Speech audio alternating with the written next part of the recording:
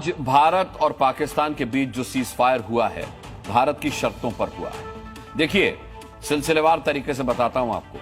पहली शर्त है, बातचीत पर पाकिस्तान की कोई शर्त मंजूर नहीं होगी। दूसरी शर्त है, भारत की कूटनीतिक कार्रवाई जारी रहेगी। तीसरी शर्त है, सिंधु जल समझौते पर रोक जारी रहेगी, उस पर जो होल्ड किया गया है वो जारी रहेगा। चौथी शर्त, वीजा नियमों में बदलाव नहीं होगा।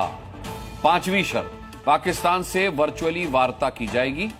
छठी शर्त, तीसरे देश की मध्यस्थता मंजूर नहीं की जाएगी, कोई मीडिएशन नहीं स्वीकार किया जाएगा। पाकिस्तान, कान खोलकर सुन लो, अगर आतंकियों ने भारत में अब कोई हमला किया तो इसे अब आतंकी हमला नहीं, युद्ध माना जाएगा। आतंक के खिलाफ भारत ने युद्ध नीति का ऐलान कर दिया है। भारत ने आतंकवाद से जंग को लेकर बहुत बड़ा फैसला किया है। अब किसी भी आतंकवादी कार्रवाई को भारत के खिलाफ युद्ध माना जाएगा और उसका जवाब बिल्कुल उसी तरह दिया जाएगा जैसे युद्ध में हिंद की सेना दुश्मनों को देती है।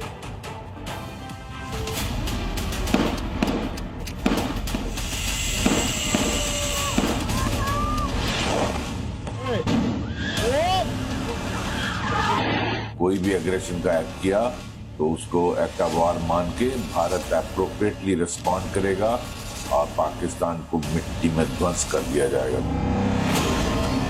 मुल्ला मुनीर, कान खोलकर सुन लो, अगर पहलगाम जैसा आतंकी हमला दोबारा किया तो भारत उसका जवाब युद्ध मान कर देगा।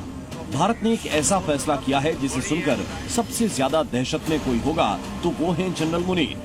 सूत्रों के मुताबिक भारत ने तय किया कि पाकिस्तान की ओर से कोई भी आतंकी हमला अब से एक्ट ऑफ वॉर माना जाएगा। भविष्य में अगर आतंकी हमले का दुस्साहस किया तो इसे युद्ध माना जाएगा। भारत ये समझेगा कि पाकिस्तान ने युद्ध छेड़ा है और भारत किसी भी आतंकी हमले की सजा युद्ध की तरह देगा। आतंकवाद के खिलाफ भारत की जीरो टॉलरेंस नीति के कारण ही भारत पहलगाम के गुनहगारों का हिसाब करने के लिए 7 मई से ऑपरेशन सिंदूर चला रहा है, जिसमें पाकिस्तान और पीओके के भीतर 9 आतंकी ठिकानों को ध्वस्त कर 100 से ज्यादा आतंकियों को जहन्नुम पहुंचा दिया।